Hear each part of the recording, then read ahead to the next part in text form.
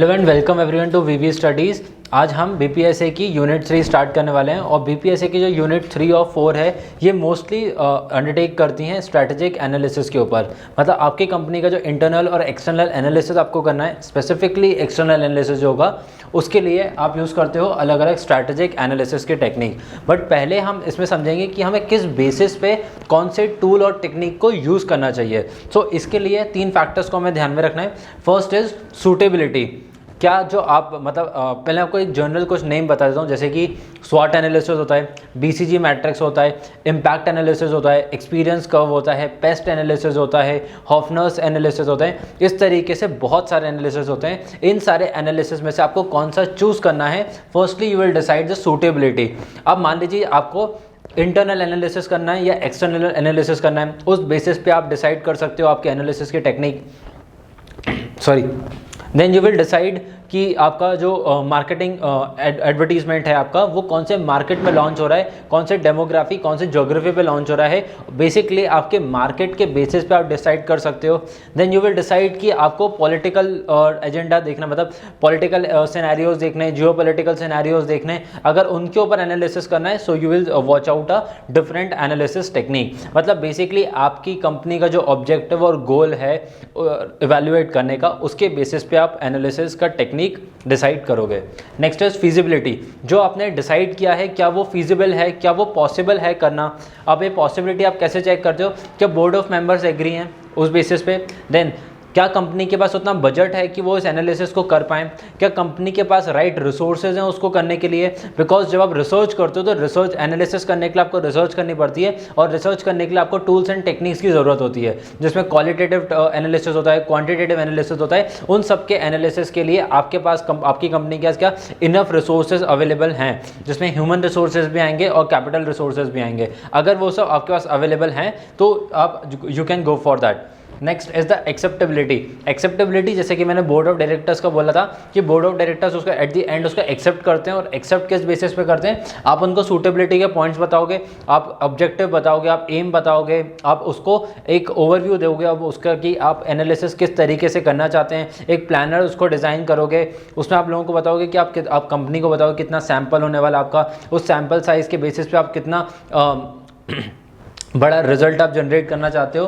Then उसकी feasibility कितनी, possibility कितनी ज़्यादा है, और जो आपके पास ऑल्टरनेटिव्स हैं उन ऑल्टरनेटिव्स को आप एक्सप्लेन करोगे। और 4-5 ऑल्टरनेटिव्स को एक्सप्लेन करने के बाद जो बोर्ड ऑफ डायरेक्टर्स होगा वो एक्सेप्ट करेगा किसी एक पॉइंट को जो जिसकी सबसे ज़्यादा फिजिबिलिटी और सूटेबिलिटी होगी। सो इस तरीके से आप एक एनालिसिस के तरीके को चुन लोगे। अब बहुत सारे टूल्स एंड टेक्निक्स होते हैं जिनको हम एक एक वीडियो में हम कवर अप करते रहेंगे। आज हम एक बहुत ही शॉर्ट एंड सिंपल सा एक एनालिसिस का टेक्निक देखने वाले हैं, दैट इज इम्पैक्ट मैट्रिक्स।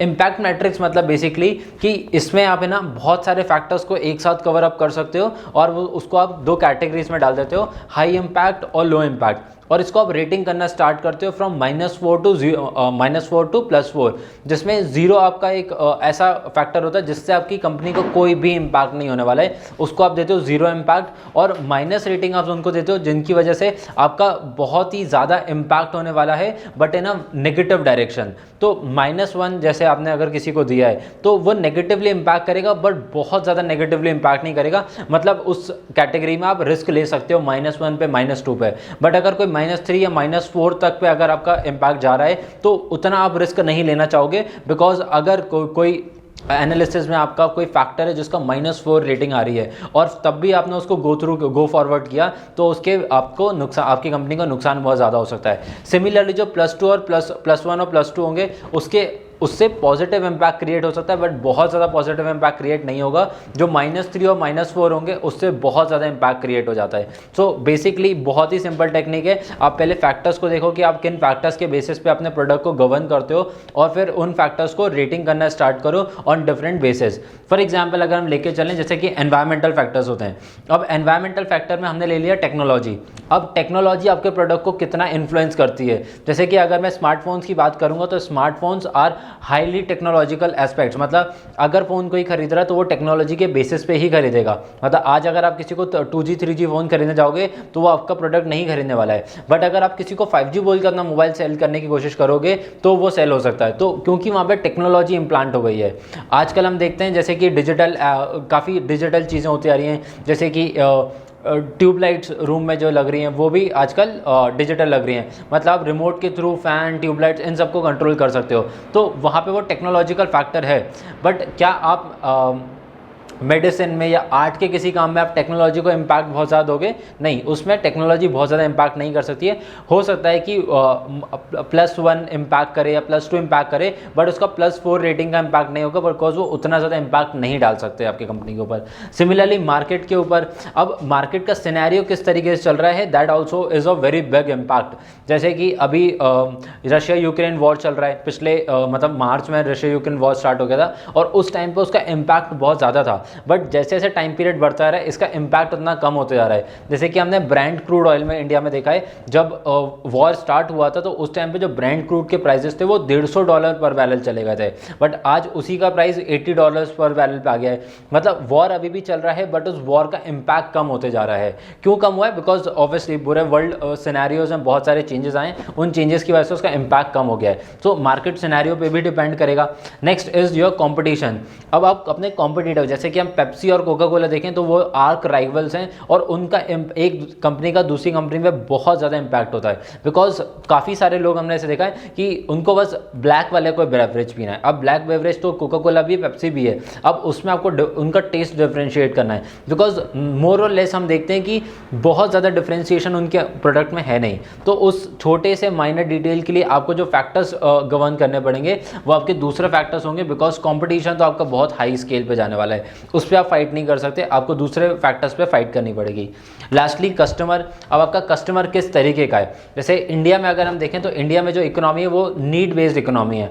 अगर हम अमेरिका की देखेंगे तो वो वांट बेस्ड या डिज़ायर बेस्ड इकोनॉमी है। वहाँ पे जनरली लोग वांट रखते हैं किसी चीज़ की, और इंडिया में जो परचेजिंग होती है वो नीड बेसिस पे होती है, आपको किस चीज़ की ज़रूरत है उस बेसिस पे। तो आपको अपने कस्टमर्स को आइडेंटिफाई करना पड़ेगा और कस्टमर्स का कितना ज़्यादा रोल रहता है आपके प्रोडक्ट को परचेज करने में, मतलब वो कितना ज़्यादा टाइम स्पेंड करता है अपने प्रोडक्ट के साथ। फॉर एग्जांपल अगर आप मान लीजिए FMCG प्रोडक्ट खरीदने गए, तो FMCG प्रोडक्ट में जैसे आपको बिस्किट का सेक्शन दिखा तो आप बिस्किट के सेक्शन को 2 मिनट देखोगे, उसमें से आपको जो जो अच्छा लगेगा वो आप ले लोगे।